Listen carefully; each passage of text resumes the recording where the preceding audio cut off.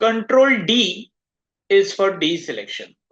So जैसे आपका ये selection था, if I want to remove that selection, then ctrl+D is the shortcut command.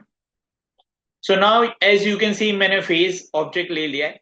So in this class we are going to see what is the use of elliptical marquee tools for selection.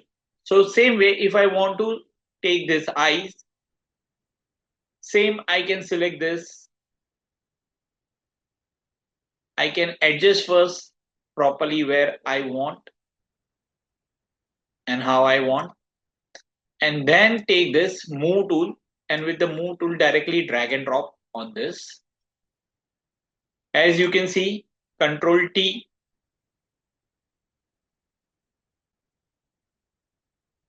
enter. As mentioned, यहाँ पे मैं rename करता हूँ, जैसे I left.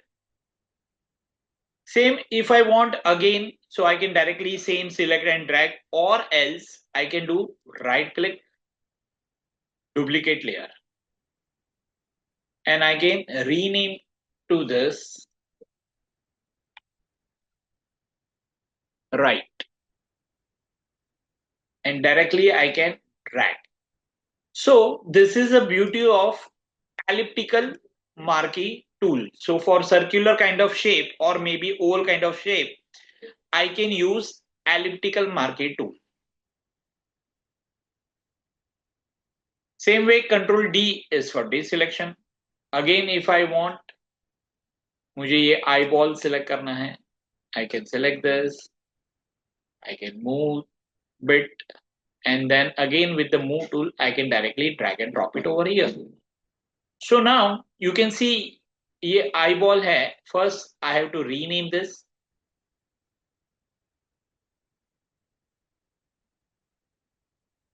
और if I want exactly ये मेरा back end side में आ रहा है.